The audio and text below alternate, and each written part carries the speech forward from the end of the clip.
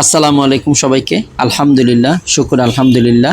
Honda grace এবং Honda bezel দুইটা গাড়ি আমরা কমপ্লিট করলাম। দুইটা গাড়িরই গিয়ার বক্স ইস্যু ছিল, ডুয়াল ক্লাস ইস্যু ছিল, হাইব্রিড ইস্যু ছিল এবং ইলেকট্রিক্যাল প্রবলেম। তো আলহামদুলিল্লাহ আমরা কমপ্লিট করে টেস্ট ড্রাইভ দিচ্ছি। আসসালামু আলাইকুম, আশা করি সবাই ভালো আছেন এবং সুস্থ আছেন। তো এখানে দুইটা গাড়ি আছে, একটা হচ্ছে হন্ডা গ্রেস এবং একটা হচ্ছে হন্ডা ভেজেল গাড়ি। তো আপনারা যারা হন্ডা ভেজেল এবং গ্রেস গাড়ি ব্যবহার করেন তারা সবাই জানেন এই গিয়ার বক্সটার মেজর ইস্যু আছে এবং এই গিয়ার বক্সের দুইটা পার্ট, একটা হচ্ছে ডুয়াল ক্লাস পার্ট যেটা এই পোর্শন এবং এটা হচ্ছে গিয়ার বক্সের মেকানিক্যাল পার্ট।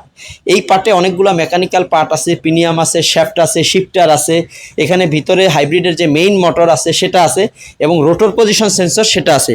তো এগুলাতে কি হয়, আমাদের ম্যাক্সিমাম গাড়িতে আমরা যে ইস্যুটা পাইছি সেটা হচ্ছে যে এটা যখন বারবার ডুয়াল ক্লাস কাজ করা হয় এই ভিতরে কলাম ধরা হয় না, বা এই ভিতরে যে পার্টসগুলো আছে সেগুলো একটা সময় নির্দিষ্ট সময় চলতে চলতে ভিতরে ফিকশনজনিত কারণে ক্ষয় হয় এবং অনেক সময় ডুয়াল ক্লাস এমনও সমস্যা হয় এটা ভিতরে লক হয়ে যায়, যার কারণে ভিতরে শিফটার বা বিভিন্ন ধরনের যে চেঞ্জার পজিশন আছে সেই গ্রুপগুলো ভেঙে যায় বা সেই পার্টসগুলো ড্যামেজ হয়ে যায়। তো আমরা এই গিয়ারবক্সটা এই গ্যারেজ গাড়ি থেকে খুললাম।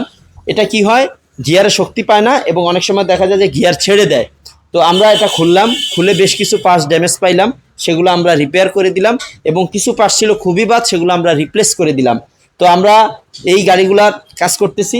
পাশাপাশি এখানে আরেকটা আছে হন্ডা ভেজেল, সেটারও ডুয়াল ক্লাস ইস্যু এবং gear box issue, hybrid issue এবং অনেক সময় গিয়ার ধরে না, গিয়ার লেটে ধরে, গিয়ার ছেড়ে দেয় এবং হাইব্রিডে চার্জ হয় না। তো আমরা সেটারও কাজ করলাম এবং সেটা অলরেডি আমাদের কাজ শেষ দিকে। তো আমরা আপনাদেরকে যে মেসেজটা দিতে যাই সেটা হচ্ছে যে আপনারা হন্ডা ভেজেল এবং গ্রেস গাড়ির অনেক সময় ডুয়াল ক্লাস কম টাকায় কাজ করান, এতে দেখা যায় কাজের কোনো অ্যাকুরেসি থাকে না, কাজের পারফরমেন্স ঠিক আসে না, গাড়ির যে আমরা অ্যাকচুয়াল আউটপুট সেটাও আমরা পাই না। তো আমি সবাইকে পরামর্শ দিব আপনারা অবশ্যই ভালো জায়গা থেকে কাজ করাবেন, জেনুইন প্রোডাক্ট দিয়ে কাজ করাবেন এবং আপনাদের কাজগুলো যদি অ্যাকুরেট হয় সেজন্য সেই বিষয়গুলো আপনারা খেয়াল রাখবেন। তো আমরা এই দুইটা গাড়ি কাজ করতেছি আলহামদুলিল্লাহ। তো আমরা ঢাকা এবং ঢাকার বাইরে এই সমস্ত হন্ডা ভেজেল এবং গ্রেস গাড়ির কাজ করে থাকি।